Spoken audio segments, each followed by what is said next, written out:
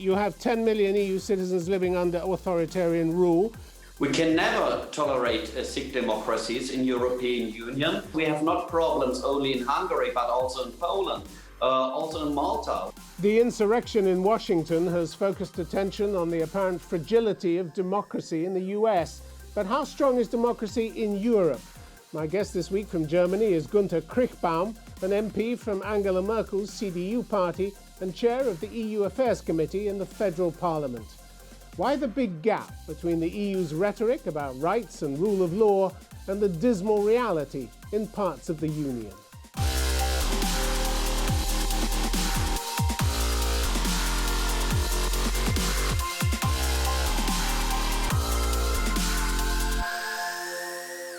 Gunther Krichbaum, welcome to Conflict Zone. Good morning. When Berlin took over the rotating EU presidency, it set itself the task of protecting fundamental values and rights in the European Union. And I want to look first at whether it met that objective in any way at all. According to human rights groups, you have now almost 10 million EU citizens living under authoritarian rule in Hungary. Aren't you ashamed of that? Well, I'm not totally satisfied with the results, to be very honest. But anyway, we are able to achieve the first step to connect financial aid from the budget of the European Union to the respect of rule of law. Yeah, but that wasn't my question about Hungary. You have 10 million EU citizens living under authoritarian rule, and you have the Commission's Vice President, EU Commission's Vice President Vera Jourova, went so far as to call Hungary a sick democracy. How many sick democracies can you tolerate in the European Union these days? We can never tolerate sick democracies in European Union. But you Hungary, do. But you do. No, 1 second, please let me achieve my sentence. Because we have not problems only in Hungary, but also in Poland, also in Malta, when a journalist was killed. And we had to observe that the authorities did not really pursue the case. So I think it is necessary to make more pressure on these states. And with the budget, we have really a tool now in our hand. And so I'm satisfied that we did the first step. But I think also it's not and will be not enough in the future. But it should be normal to respect rule of law in the European Union. Yes, well, they've gone a long way from what you regard as normal then. This tool that you're talking about is a mechanism which Germany proposed that looks as though the EU would make payments to member countries conditional on their respect for the rule of law. The problem for several countries was that it was just too soft. In fact, it was all hype, wasn't it? When you looked at the fine print of the proposal, it turned out this mechanism could only be used if the rule of law if the violations of rule of law affected or seriously risked affecting the sound financial management of the EU. So in other words, it was all about money. And that wasn't enough for a lot of countries, was it? I think money is a very good tool to make pressure on states because they need the money. And so finally it was necessary to find a compromise because I think you followed the debate, how difficult it was to get a solution concerning the mutual financial framework and also the recovery fund, which allows now to rebuild the economy of the concerned states due to the corona crisis. But anyway, now we have not only the mechanism, the combination with the financial aid of the budget, but also Article 7 procedure. That means finally we have the High Court of the European Union, and it's up to them now to decide if there are violations of rule of law or not. But anyway, I think it is worthwhile to have now this combination with a budget. But Mr. Krichbaum, your Article 7 processes against Poland and Hungary have gone absolutely nowhere, and it looks as though none of this is going to result in any sustained action whatsoever. And this latest mechanism also ended in failure because both Hungary and Poland announced that if you went ahead with it, and they would veto the latest stimulus package. Straight, unashamed blackmail, wasn't it? And you gave in to it. No, I don't share this opinion because Hungary did always respect the decisions of the High Court. And this is also for me personally the red line. The red line means to respect the decisions of the High Court. So that's decisive, and Hungary did in the past, and I think they will also do in the future. There we had more problems with Poland. And so I ask Poland also to respect these decisions. And now we have, once again, this mechanism to respect rule of law. Otherwise, we can block the money. And this is one consequence, one impact, which will be felt by the concerned states. I have to take issue with you when you say that this mechanism survived intact. What you did was, in fact, climb down. Berlin brokered a deal that will have the effect of delaying for months, even years, the use of this procedure. And then only after the European Court of Justice has ruled on it, and Hungary and Poland have had the chance to challenge it, who knows how long that's going to take. So this has been kicked indefinitely into the future. In other words, nothing will happen, will it? I don't think so, because the decision which will be taken by the European Court will also have an impact from the very beginning, and not only for the future. It means when the decision will be taken by the European Court. So this was a very important point for the Netherlands. And so once again, I'm really glad that we have now this combination between the budget and respect of rule of law, which was not the case in the past. Let's see how well it works. It set a precedent that you will climb down every time there is a challenge, and every time states say, we're going to blackmail you and hold up your stimulus package or your budget. I think it was now right to do one step in the right direction, but it's a trip. Normally, I think it should be very clear, a state which joins the European Union should respect the rule of law. So that's also the reason why the Article 7 procedure is only regulated with a few sentences in the treaty. Take also Brexit. Brexit was done on the basis of Article 50. But look on Article 50. Article 50, there are only a few sentences. Why? Because we thought it will never happen that one state will leave European Union. That's the explanation why these rules are very poor, if you want, in the treaty. So it was our duty, it was our challenge now to develop mechanisms for things which are normally self-understanding. And when I say normally self-understanding, I get a problem in arguing to the candidate states. So these states who want to join European Union, because I tell them, well, if you want to join European Union, you have to respect democracy, you have to respect rule of law, and etc., etc. So, but also they have to respect rule of law. One EU official said after this latest, you call it compromise, I call it climb down, said the rule of law mechanism is like the stability pact for the East. It will never be enforced and will only create political resentment on all sides. That's the view of some people within the EU. And if this mechanism does re-emerge... That's their opinion, and they have the right of this opinion, for this opinion. But it's based on what happened, isn't it? The opinion's based on what happened. They're just looking at what happened.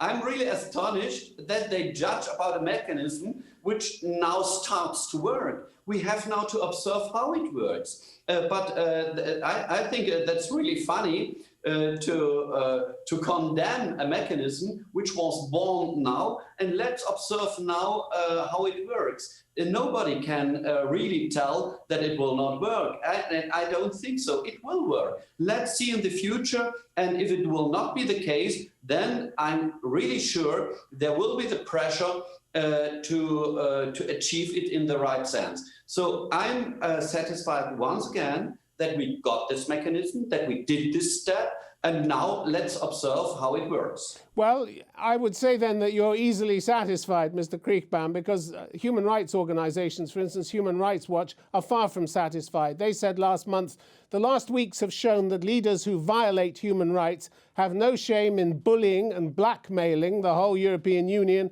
to shield themselves from any consequences for their actions. You set a dangerous precedent here when you allowed this to take place.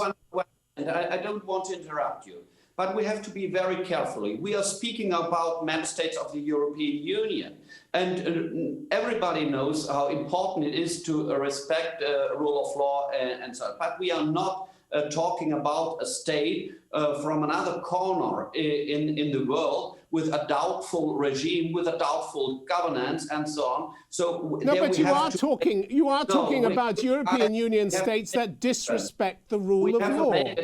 We have to make a difference. We are not speaking about a state of Central Africa, etc., where human rights are violated every day. Mr. Krichbaum, let me just make a point here. Let me just make a point here. About the European Union. That's not all perfect. But because it's not all perfect, then we have also to react. The reaction was done. And I think it was part of a very successful German presidency, because it was not only the mechanism of rule of law, it was also to come to a result in the negotiations about the finances, of future finances. Mr. Krichbaum, let me just raise an issue here. You say you're not talking about African states, you're talking about members of the European Union. You're talking about, in the case of Hungary at least, a leader who effectively gave himself absolute power under cover of the pandemic, who's been politicizing the courts, who's decimated independent media, who's been chipping away at academic freedom. These are not things they signed up to do when they joined the European Union. So unless there are mechanisms, and so far no mechanisms have persuaded the leadership in Hungary to change their course of policy, things aren't going to change. And to go back to my original question at the top of the interview, what have you managed to do to ensure rights for those 10 million Hungarians who live, according to the human rights organizations, under authoritarian rule in the middle of the European Union? You seem to find that acceptable. They don't. Well, once again, I think it is worthwhile to make a difference. Also, in Hungary, we have a government first, which is elected by a democratic procedure. But I always criticized when we have not fair conditions for the medias. That's the point. It is not the case that nobody can tell his free opinion. So that's my point where I say it's necessary to make a difference. And once again, I want to have fair conditions for the medias.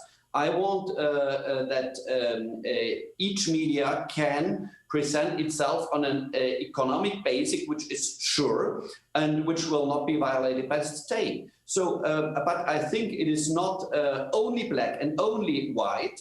So we have also differences, and that's, I think, the point. When we are of the opinion, when the European Commission is the opinion that the treaties are violated, then it's the duty of the Commission to ask for a decision of the European Court. And this was also done, and Hungary respected the decision of the European Court. Mr. Krichbaum, you talk about the European Commission deciding whether a state is in line with its rule of law values or not. Look at Bulgaria. 14 years in the European Union, it's still getting away with some of the worst practices of the communist era, even though it's been under special monitoring by the EU. How does that happen? Well, first, I don't share the opinion that it is worse than in the communist time. I don't share it, really not. In communist time, people suffered under the communist regime, under the communist area. It was violating human rights every day. We had no democracy, we had no rule of law, we had nothing. What I criticize in the case of Bulgaria is the system of rule of law concerning to condemn the cases of corruption. We have cases which take 10, 12 years in the court. It's too long. It's unacceptable long time. So there it has also something to do with a rule of law. That's one point which I criticize very, very. Look, Mr. Krichbaum, you have massive government corruption. This according to independent NGOs. You have mafia capture. You have democratic backsliding, a politically manipulated and almost dysfunctional justice system. Is that good so far? How is that in any way in line, to any degree, with the pledges that Bulgaria made 14 years ago? And yet, in 2019, a spokesman for the EU Commission reported that Bulgaria had made sufficient progress to meet its commitments at accession to the EU. That cannot be right, can it? So why this blind eye being turned towards Bulgaria? I visited Bulgaria often, and Bulgaria is today integrated in the European Union and also in the procedures of the European Union. That makes a difference. Mr. Krichbaum, the NGOs and various other governments seem to have seen more problems in Bulgaria than the EU Commission. The 2019 Human Rights Report from the US State Department said officials in all branches of government in Bulgaria reportedly engaged in corrupt practices with impunity, bribery, conflict of interest, elaborate embezzlement schemes. On top of that, you have, from the UN Committee Against Torture, a finding that mental institutions are forcibly administering intrusive and irreversible psychiatric treatment on their patients, and that torture has become commonplace in that country. How do those values fit in with the modern EU idea of what countries should be doing, of what they said they'd live up to and haven't? No, that's totally right, that it is not acceptable that we have circumstances like the mentioned ones. But let me say, it's perhaps not a complete picture of Bulgaria. Because, sure, things have to be developed in the right direction, but also other points had to be achieved in the past and were done. Bulgaria today cannot be compared with the times 20, 30, 40 years ago. So all these countries have to be developed, and they are developing. And so for this purpose, we have the European Commission, which is observing these developments. And sure that there is also a lot of pressure from the European Commission to these states, but also from the other member states. And independent foundations, which we have also in Bulgaria, like Konrad Adenauer Foundation, Friedrich Ebert Foundation, but also a lot of NGOs, they show another picture. But also they criticize a lot of points, especially in the fight against corruption. There, the engagement has to be stronger of the government, and if the government is not able to make efforts and especially progresses, then it has to show consequences by the European Union. Yeah, but there never are any consequences. Bulgaria has had 14 years in the European Union, and it is still torturing people on a regular basis. So clearly, whatever measures the EU is applying aren't having the desired effect, are they? I think that's not the right. That's not the right picture.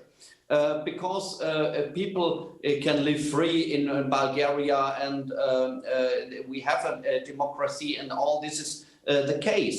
But what I'm asking for is a more engaged fight against corruption. And this cannot be tolerated, because corruption is violating the poorest of the poorest people. Why? Because they cannot join this doubtful competition to pay for things which should be normal. And it's not only, or has not only to do with authorities in a state, but it starts also in daily life, in hospitals, in schools, when students want to get better results. So we have this daily corruption, let me say, but on the other hand, the high-level corruption, till it will be, we will have a result in the fight of the static corruption, which cannot be tolerated. We have to do more in the fight against the high-level corruption, and this includes that the procedures in front of the court have to show results after a few years, but not after 10 years. That's my point. So this has to be shorter and more consequent. Well, you're remarkably complacent about it. The EU Commission is remarkably complacent about things like torture, mafia capture, and the political manipulation of the justice system. Let me turn to another subject for the time we have left. Perhaps it's worth the EU taking a good hard look at what's going on in America at the moment. This is the unfolding story of a populist president staging an insurrection to try and prevent him being ousted in a free and fair election. How long before some of that starts to happen in the EU? And is the EU concerned that this in Washington should be a wake-up call that it should listen to? Well, first remark, we are really looking forward now to the presidency of Mr. Biden, because that's not what I asked. That's not what I asked. That's necessary to be mentioned, because I think the dialogue between the United States and Europe is indispensable. And so also the respect of rule of law and democracy is indispensable, like in America, like in Europe. And so I share one point that in former times it was self-understanding that, and it was common sense that democracies are self-understanding and are strong. And we have to observe today that democracies are coming more and more under pressure worldwide. And as we had to observe it now by Donald Trump, but not only by Donald Trump. So we have also to fight for our values. We have to fight for democracy. We have to fight for rule of law. Once again, in former times it was really self-understanding. Today it is not, because this will be decisive about the question how we will live in 10 or in 20 years. Finally, Mr. Krichbaum, let's come back to Germany. There's a general election in September. Angela Merkel is retiring, and in a few days, the CDU, your party, will elect a new leader. While none of the candidates to date seem to be generating much enthusiasm, your most popular politician, Health Minister Jens Spahn, isn't even on the ballot. Don't you want to win elections? Sure. I'm very optimistic, because we have three candidates which are very motivated, and I don't share your introductory remark. They are very popular in Germany, and sure, it will not be easy when Angela Merkel will leave, because she was now chancellor for a very long period of time, since 2005. And so that's also quite normal that everybody has his own style. But it's an open race, and for me it's very difficult to predict who will win it. One of the candidates, Friedrich Merz, has said that immigrants are to blame for rising welfare costs and unemployment in Germany. Do you really want your party to go down that road, putting immigrants in the firing line just to woo a few far-right voters from the AfD? Hasn't there been enough resentment and hatred directed at immigrants over the years? That's not right. When you want to mention Friedrich Merz, it should be the right sentences, and so this he did not say. But what he said is now concerning the refugees in Bosnia, which are at the moment here in Bosnia and Herzegovina, that it should not be the case that Germany will go once again in front, because now it's also in the responsibility of other European states to take care on them. Otherwise, we'll create a pull effect, which we could observe in 2015 and 2016. And this should not be repeated once again. So I think we have also areas like in Syria, for example, in the northern part, which are safe. And so it cannot be the solution that each refugee can come to European Union or in these states. We need a solution. We need a solution, a European one. Because I think, once again, all these states sign the declaration for the Geneva Declaration to protect the refugees. But anyway, Germany did a lot in the past, and this can be done one time, but not each time. Gunther Krichbaum, unfortunately, we've run out of time. We have to leave it there. Thanks very much for being on Conflict Zone. You're welcome. Thank you very much.